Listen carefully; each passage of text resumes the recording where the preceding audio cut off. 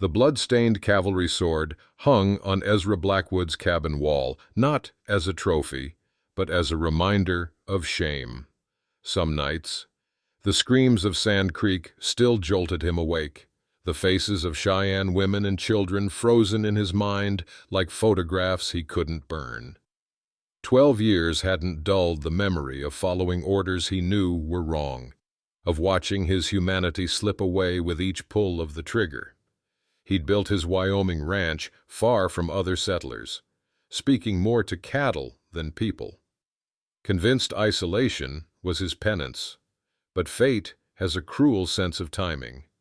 As the worst blizzard in decades howled outside, the half-frozen native boy he discovered by his fence line clutched a wooden horse carving identical to the one Ezra had placed in a tiny grave back in Colorado before he became a monster with a uniform. And now, as dawn broke through the storm clouds, 200 Lakota warriors stood in silent formation outside his barn, waiting for justice 12 years overdue. Before we dive into today's story, take a moment to share where you're watching from. We love seeing how our stories bring people together from every corner of the world. The blood-stained cavalry sword hung on Ezra Blackwood's cabin wall, not as a trophy, but as a reminder of shame.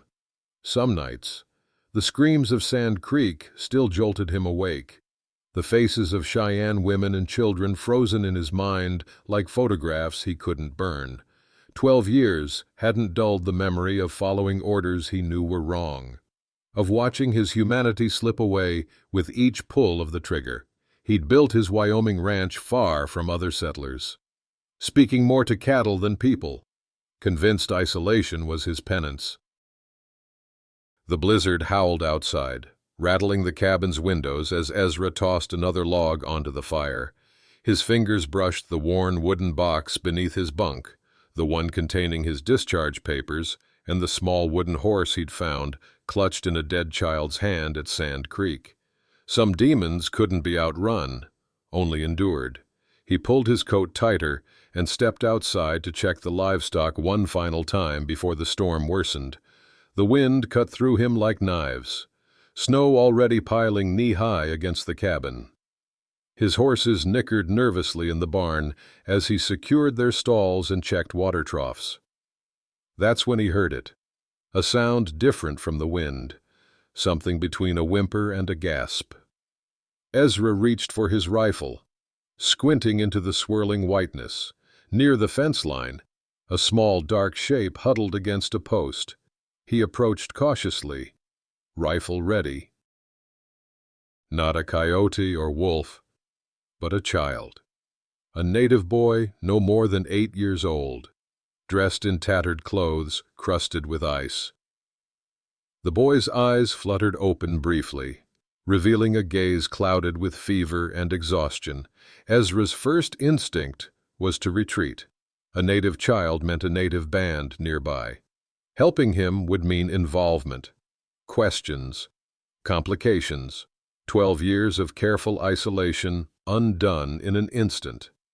But as he turned to leave, the boy's hand uncurled slightly, revealing a small wooden carving, a horse, nearly identical to the one in Ezra's box of shame. The sight froze him more effectively than the blizzard ever could. "Damn it all," he muttered. Slinging his rifle and lifting the feather-light child, the boy didn't struggle, too weak from cold and hunger. Ezra hurried back toward his cabin, the wind at his back now as if urging him forward. Inside, he laid the boy near the fire, wrapping him in woolen blankets. As he removed the child's frozen moccasins, Ezra noticed scars on the small ankles, old wounds, deliberately made. The storm outside intensified, but something else raised the hair on Ezra's neck, a feeling of being watched. He moved to the window, wiping frost from the glass to peer into the darkness. For an instant, as lightning flashed, Ezra could have sworn he saw figures, dozens of them, standing at the edge of his property. Then, darkness returned, leaving him wondering if guilt had finally manifested as visions. The boy stirred, clutching the wooden horse tighter. Fate, it seemed, had a cruel sense of timing. Little Hawk awoke with a start, eyes wild with terror as he scrambled backward until his spine hit the cabin wall. Ezra raised his hands slowly, keeping his distance by the fire. "Wakang yellow," Ezra said, one of the few Lakota phrases he remembered. Not hurt. The boy's eyes widened at hearing his language from a white man's mouth. Ezra gestured to himself. "Ezra," then pointed to the boy questioningly. The child remained silent, trembling beneath the blankets, his gaze darting between Ezra and the door. The wooden horse carving remained clutched in his small fist, moving slowly. Ezra took a stick and drew in the hearth ashes, a simple horse, a man, a child. The boy watched intently, his fear giving way to cautious curiosity. After a moment, he leaned forward and added a teepee to the drawing. "Satan Sistina," the boy finally whispered, pointing to himself. "Little Hawk," Ezra translated. Nodding, he mimed eating, then reached for a bowl of stew kept warm by the fire. The boy hesitated. Then hunger won out. He devoured the food while Ezra prepared more, watching the white man's every move. When Ezra approached to check his frost-bitten toes, Little Hawk flinched but allowed the examination. "Bad," Ezra said simply, pointing to the blackened skin. He retrieved a jar of salve and clean cloths. As he worked, Ezra noticed the scars extended up the boy's calves, deliberate cuts, old burns. Someone had hurt this child systematically. The thought stirred something inside Ezra he'd thought long dead, rage on behalf of another. Little Hawk's eyes grew heavy as warmth and food took effect. He murmured something in Lakota that Ezra couldn't catch, then drifted into restless sleep. Night deepened, the storm reaching its peak. Ezra kept vigil, adding logs to the fire. Around midnight, Little Hawk's sleep turned fitful. Fever had set in, his small body burning despite the cold outside. Ezra bathed the boy's forehead with cool water, using the few medicinal herbs he kept. Little Hawk thrashed, crying out in delirium, "Ina, Sika, Wikasa, Ska, bad white man." By dawn, the fever broke. Ezra, exhausted from the night's watch, was startled when Little Hawk spoke clearly, this time in halting English. "You, not bad man." The boy's eyes, clearer now, studied Ezra intently. "No," Ezra agreed. "Not now, anyway." Little Hawk pointed to his wooden horse, then to Ezra's trunk, where an identical carving was barely visible beneath the lid. "How you have?" the boy asked. Ezra's throat tightened. Long story. Outside, the storm had finally subsided, revealing a blinding white landscape. Little Hawk struggled to sit up, his face suddenly tense. "Mother search," he said in broken English. "Bad men come." Ezra didn't need to ask which bad men. He'd been in Wyoming territory long enough to know some Indian agents were wolves among sheep. The storm had ended, but Ezra sensed a different kind of tempest approaching. Ezra was repairing his storm-damaged fence when he spotted them, 3 riders approaching from the east. Government-issue horses and the lead man wearing an official's coat. He straightened, brushing snow from his pants, and touched the knife at his belt for reassurance. Inside the cabin, Little Hawk was regaining strength, though his frost-bitten toes would need weeks to heal properly. The boy had helped feed the chickens that morning, showing surprising gentleness with the animals. "Mr. Blackwood," called the lead rider, a thin-faced man with cold eyes. James Hargrove, Indian Affairs Office. Ezra recognized the name from whispered complaints in town. The new agent with fancy Eastern clothes and a reputation for missing supply deliveries to the reservations. "Something I can help with?" Ezra asked, not offering to shake hands. "Tracking some runaways," Hargrove said, dismounting without invitation. His two deputies remained on horseback, hands resting near their pistols. Band of Lakota slipped their reservation during the storm, stole government property, too. "Haven't seen any Indians," Ezra said. Technically truthful, Little Hawk was safely hidden in the root cellar beneath a loose floorboard. Hargrove's eyes narrowed. "Mind if we look around? Had reports of smoke from this direction last night." "That would be my chimney," Ezra replied. "Been here 12 years. Tend to use the fireplace in winter." The agent smiled without warmth. "Military man, aren't you?" Recognized the posture. He gestured toward the cabin. "Won't take but a minute." It wasn't a request. Ezra led them inside, heart pounding as Hargrove inspected the single room. The agent paused at the cavalry sword on the wall. "Interesting decoration for a man living alone," he remarked, then kicked at the floorboards with his boot, thankfully missing the loose one. His gaze lingered on the second bowl by the wash basin. "Expecting company?" "Just me and my habits," Ezra said. "Some days I forget I've already eaten." Hargrove nodded slowly, unconvinced. He opened Ezra's trunk without permission, revealing the military papers inside. 7th Cavalry? Under Chivington? Ezra's jaw tightened, for a time. "Sand Creek made heroes of many men," Hargrove said, studying Ezra's reaction. "Made monsters of more," Ezra replied. The agent's eyes hardened. "Careful. Blackwood. These are complicated times. Indian sympathizers tend to meet unfortunate ends." He dropped the papers back in the trunk. "We'll be watching this area. Good citizens report savage sightings." After they departed, Ezra waited a full hour before lifting the trap door. Little Hawk emerged, eyes wide with fear. "Hargrove," the boy said, spitting the name. "Take food. Say Lakota Steel." "You know him?" Ezra asked. Little Hawk nodded gravely. "I kill my father. Say accident. No accident." Before Ezra could respond, Little Hawk froze, cocking his head toward the window. "Listen." In the distance came a sound unlike any Ezra had heard since the war, dozens of horses moving in perfect unison, approaching from the west. Dawn's first light revealed what the storm had hidden the previous night.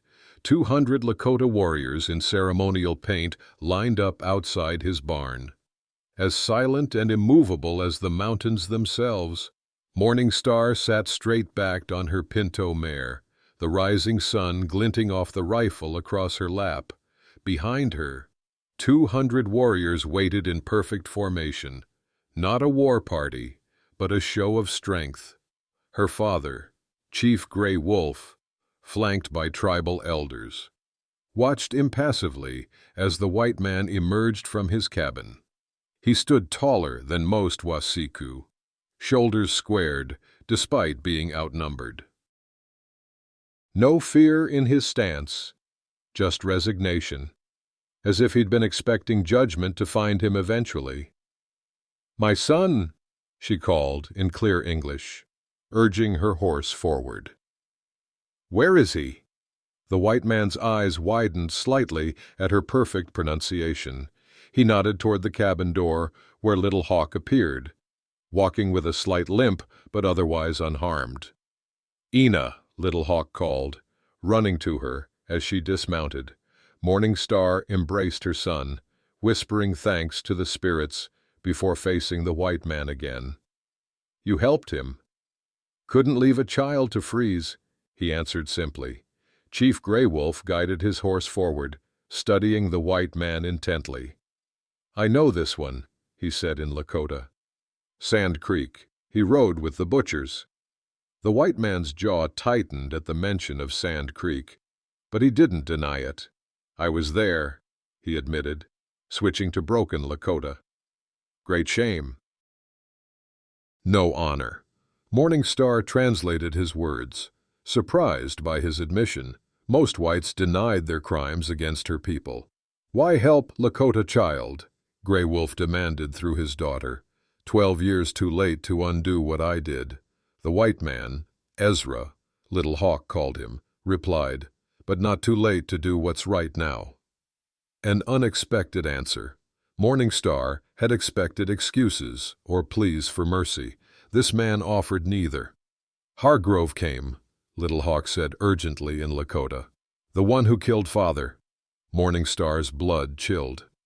James Hargrove, the corrupt agent who'd murdered her husband for documenting stolen supplies meant for their people.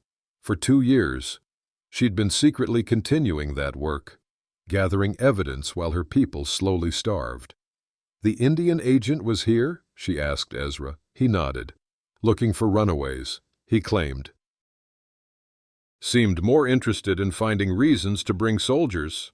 Chief Gray Wolf conferred briefly with the elders before addressing his daughter. "Ask if he will help us." Morning Star hesitated.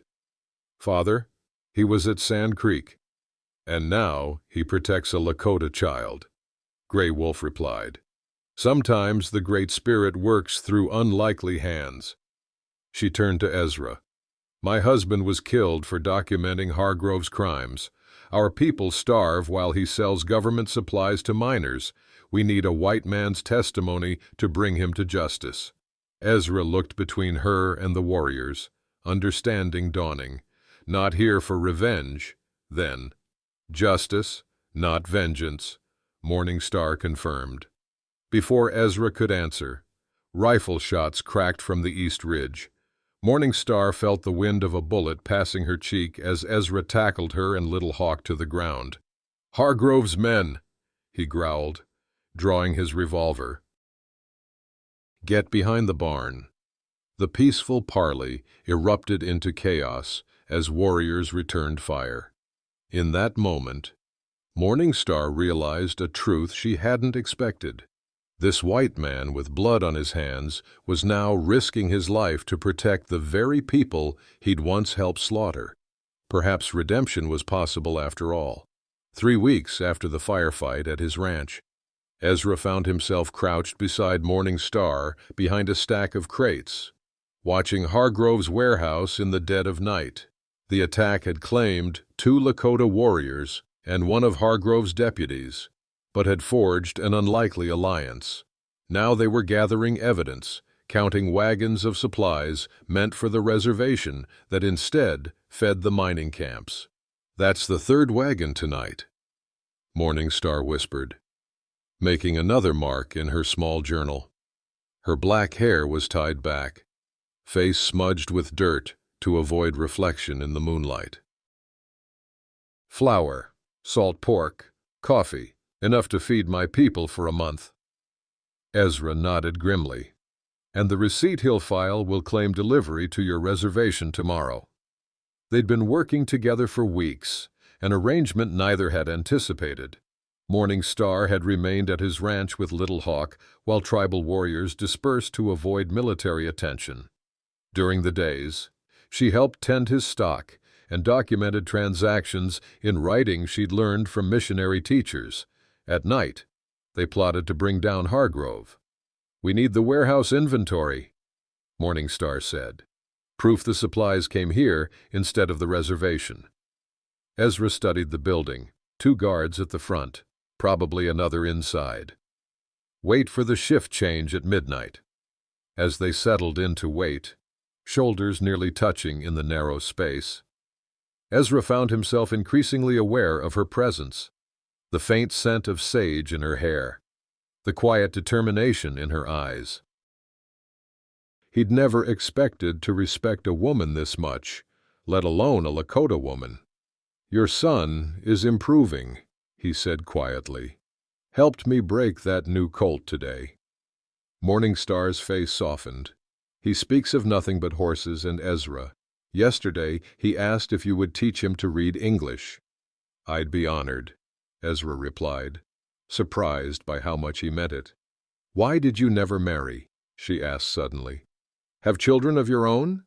The question caught him off guard. Had a wife once. Before the war, Sarah. She died of typhoid, along with our infant son. He hadn't spoken their names aloud in years. Morningstar was silent for a moment. I'm sorry, she finally said. Little Hawk's father was like you, believed our peoples could live together. Hargrove called him a troublemaker. Brave man. Yes, she agreed. Like someone else I'm beginning to know. Their eyes met in the darkness, something unspoken passing between them. Ezra felt a dangerous warmth spreading in his chest, a feeling he'd thought dead forever. The moment broke as the warehouse door opened. The guards were changing shift. Now, Ezra whispered. They moved silently toward the rear entrance, slipping inside while the guards exchanged tobacco at the front.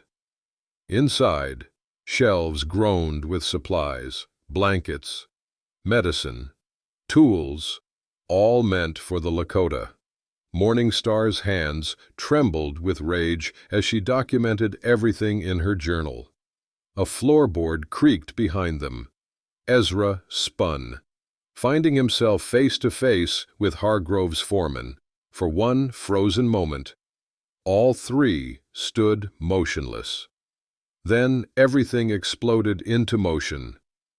Run! Ezra shouted, shoving Morningstar toward the back door as he charged the foreman. They escaped separately, agreeing to meet at the ranch. As Ezra rode through the night, he realized he was no longer running from his past. He was riding toward a future he never thought possible. The trail to the territorial capital stretched before them, a ribbon of dust cutting through spring-green foothills. Morningstar rode beside Ezra, her back straight despite 3 days in the saddle. The saddlebags carried their precious cargo, documents, receipts, and Morningstar's meticulous records of Hargrove's thefts. Governor Williams has a reputation for fairness, Ezra said, breaking their comfortable silence. But Hargrove has connections. This won't be easy. Morningstar nodded, eyes scanning the horizon. Nothing worthwhile ever is. They'd narrowly escaped the ambush at the warehouse, regrouping at Ezra's ranch to find Little Hawk teaching the neighbors' children Lakota games. The sight had crystallized something for Ezra, a vision of what could be, if people chose understanding over fear. That night, Chief Gray Wolf had arrived unexpectedly with a small delegation of elders. You ride to speak truth to the white chief, the old man had said through Morningstar's translation. This is a warrior's path. To Ezra's astonishment, Gray Wolf had presented him with an eagle feather, a symbol of courage and honor among the Lakota. Your heart was blind at Sand Creek, the chief said. Now it sees. The path forward is not behind us. As they crested a ridge, Morningstar suddenly pulled her horse up short. Riders, many of them. Ezra saw the dust cloud in the distance, at least a dozen men approaching fast. Hargrove, he muttered. How did he know? There's a place, Morningstar said urgently, a cave in those rocks. My husband showed me once. They reached the hidden cave just as the riders thundered past below, in the dim light, pressed close together in the narrow space. Ezra found himself looking into Morningstar's eyes, no longer guarded, but vulnerable and fierce all at once. If we don't succeed, she began. We will, he interrupted. Listen to me, she insisted. If anything happens, promise my son will be safe. Nothing will happen to you, Ezra said, his voice rough with emotion. I won't lose anyone else. He stopped, the word catching in his throat. Morning Star placed her hand against his cheek. Anyone else you, what? Ezra Blackwood? Instead of answering, he lowered his lips to hers. The kiss was gentle at first, then hungry with years of loneliness and newfound hope. When they finally parted, both were breathing hard. I never thought I'd feel this again, Ezra whispered. Didn't think I deserved to. None of us can change the past, Morning Star replied. But this, she placed his hand over her heart. This is now. This is possible. They remained hidden until nightfall, then continued toward the capital under cover of darkness. As dawn broke, they saw the territorial flag flying over government buildings in the distance. We made it, Ezra said, relief washing over him. But as they approached the governor's mansion, a grim sight awaited them. Hargrove himself on the steps, speaking animatedly to Governor Williams. He's beaten us here, Morning Star whispered. Ezra squared his shoulders. He's told his story. Now we tell the truth. Taking Morning Star's hand in his own, he walked forward to face justice and perhaps find redemption at last. The territorial hearing room fell silent as Ezra finished his testimony. He'd held nothing back. His role at Sand Creek, his years of self-imposed exile, and finally, the evidence against Hargrove. Morning Star stood beside him, her quiet dignity more powerful than any shouted accusation. Governor Williams leaned forward, studying the documents spread before him, supply requisitions, delivery receipts, Morning Star's meticulous records, and statements from miners who'd purchased tribal provisions from Hargrove's men. These are serious allegations. Mr. Blackwood, the governor said gravely, Agent Hargrove has served this territory for 5 years. Served himself. You mean, came a new voice. Chief Gray Wolf entered the chamber, Little Hawk at his side. Behind them came a surprising sight, 3 of Ezra's neighboring ranchers and their families. The Lakota speak truth, said Samuel Peterson, the closest neighbor to Ezra's ranch. My boy was sick last winter. Their medicine saved him when our remedies failed. Meanwhile, Hargrove's men threaten anyone who questions their authority. Hargrove's face twisted with rage. This is absurd. I was at Sand Creek too, James, the governor said quietly. I know the difference between justice and slaughter. He turned to his secretary. Prepare arrest papers for Agent Hargrove on charges of embezzlement, fraud, and...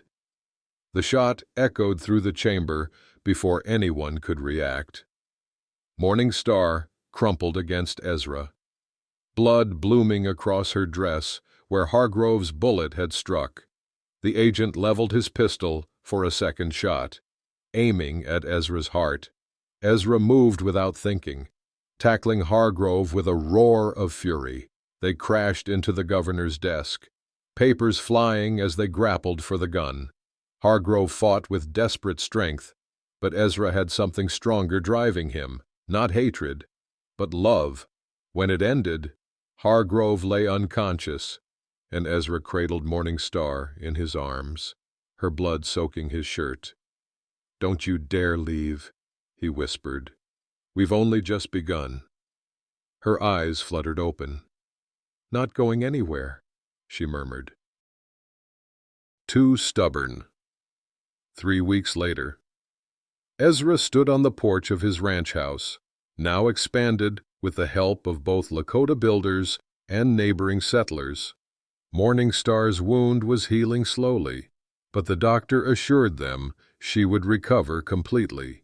In the meadow before him, something unprecedented was taking place. Little Hawk and the Peterson children were teaching each other games, switching effortlessly between English and Lakota. Beyond them, Tribal elders conferred with ranchers about shared grazing arrangements, while women from both communities exchanged recipes and medicine. Morning Star appeared beside him, moving carefully with her bandaged shoulder. "This is what my husband dreamed of," she said softly. "What I never thought possible."